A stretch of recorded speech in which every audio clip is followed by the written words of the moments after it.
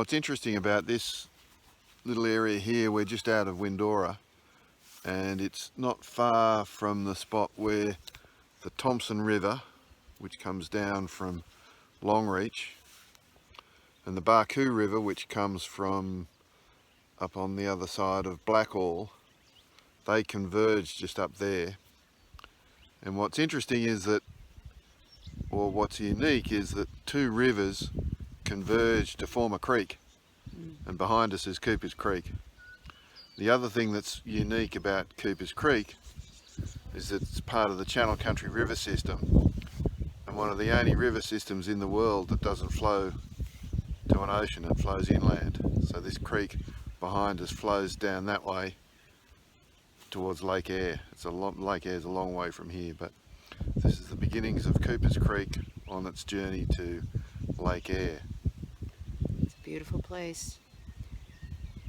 Lots of green, lush grasses. Has the creek been high lately, David? Yes, it has. You can see over there in front of us there's mud, and it's still a little bit soft. You wouldn't have to go down very far to find it be probably quite damp. And you can see debris has been quite high, so obviously where we're sitting now was underwater when the recent floods came through. Normally this area out here is very arid, and they only see seasons like this very occasionally every few years. This is the best I've ever seen it. I've never been out here into the west where I've seen lush grasses like this and just fields of green, which is just very rare. Normally this is an extremely arid area, and one of the results of this green and lushness is these flies that have been with us for our entire journey. There's always flies out here, but they're just particularly bad at the moment. They tend to go away and they knock off around about dark, and we don't see them again, but that's just the time when the changing of the guard happens and the mosquitoes and the sandflies come out. So you never really get much respite from... You have about 15-minute window there between the flies in your face and in your eyes and the mosquitoes biting on your legs and arms and whatnot. But it's worth it. It's entirely worth it. This has been the most remarkable experience I can remember, coming in here to see this gorgeous place, understanding that I'm seeing it at a time that's unusual with all this green and all this lush green landscape, and the trees are in bloom, and it's just it's beautiful. The bird life out here is incredible, and the people that we're meeting are they're wonderful people. They're so welcoming and so giving, and they they're loving life out here, and it's been a remarkable experience for me. Yeah, the generation of spirit of these Western people is quite something. Really can't recommend it enough for people, Australians and people from all over the world, to come out here. It's a long way out, but it's so worth it. And you know, the driving conditions are pretty good. We've travelled on a fair bit of dirt and gravel roads, but to get to Windorah from Brisbane is a bitumen road all the way. You can do it by staying off the bitumen. You don't have to go on some of the rough roads that we've been on over the last few days, but that's by choice.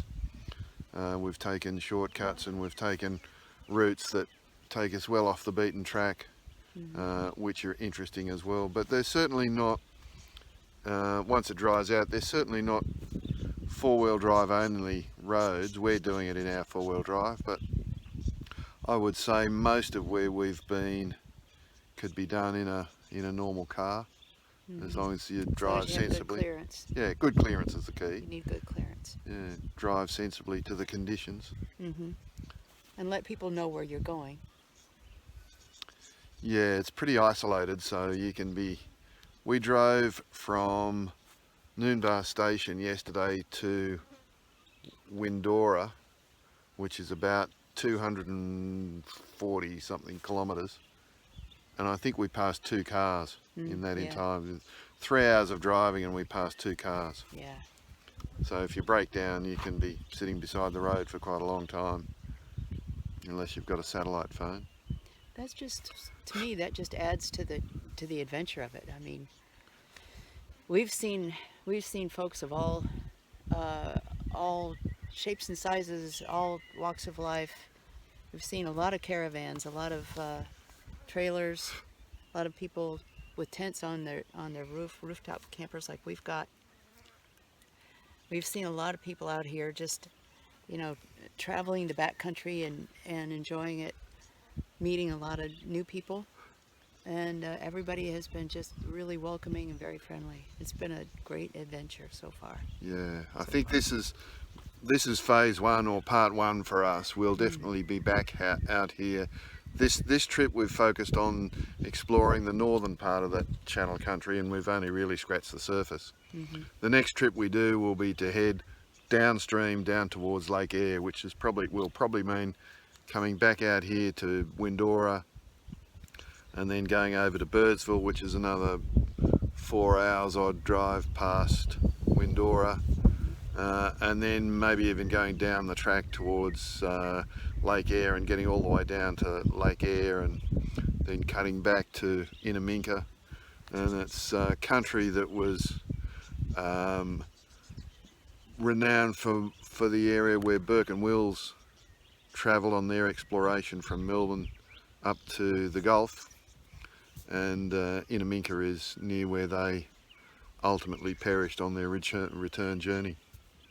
So there's amazing cultural significance to the area, and there's environmental significance, and the indigenous and the white cultural and historical relevance to the area is going to be really something to see. But that's for our next trip. But this has been a wonderful adventure, and we've had an absolute ball and seen some amazing things and met some amazing people. Yeah, we'll be talking a lot about it in our YouTubes and in more posts on Facebook and Instagram, but we just wanted to say good day to everybody and let you know that we made it. Yeah.